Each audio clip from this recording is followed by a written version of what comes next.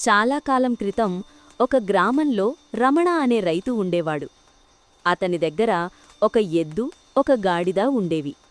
ఎద్దు రోజంతా ఎండలో కష్టపడి పొలం దున్నేది. కాని గాడిద మాత్రం చిన్న చిన్న పనులు చేస్తూ హాయిగా విశ్రాంతి తీసుకునేది. తన కష్టాన్ని చూసి ఎద్దు మనసులో చాలా బాధపడేది. ఒక రాత్రి ఎద్దు తన గోడును గాడిదతో చెప్పుకుంది. అప్పుడు గాడిద ఒక ఉపాయం చెప్పింది. నువ్వు అనారోగ్యంతో ఉన్నట్లు నటించు, అప్పుడు యజమాని నిన్ను పనికి తీసుకెళ్లడు అని సలహా ఇచ్చింది. అయితే ఇది కొద్ది రోజులు మాత్రమే చెయ్యి, అతిగా ఆశపడితే ప్రమాదం అని కూడా హెచ్చరించింది. గాడిది చెప్పినట్లే ఎద్దు జబ్బుపడినట్లు నటించింది. రైతు జాలిపడి దానికి విశ్రాంతి ఇచ్చాడు. పని లేకుండా హాయిగా ఉండటం ఎద్దుకు బాగా నచ్చింది. గాడిద మళ్లీ హెచ్చరించినా వినకుండా ఎద్దు వరుసగా అలాగే నటిస్తూ పడుకుంది. ఎద్దు ఇక వ్యవసాయానికి పనికిరాదని అనుకున్న రమణ ఒకరోజు దానిని ఒక కసాయివాడికి అమ్మేశాడు.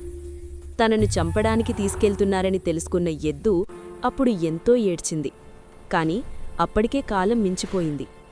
కొద్ది రోజుల్లోనే సూరయ్య కొత్త ఎద్దును తెచ్చుకున్నాడు. పొలం పనులు మళ్లీ మొదలయ్యాయి.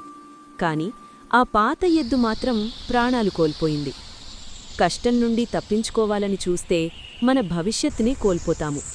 బాధ్యతల నుండి పారిపోవడం మొదట్లో సుఖంగా ఉన్నా చివరికి అది పెద్ద నష్టాన్ని తెస్తుంది.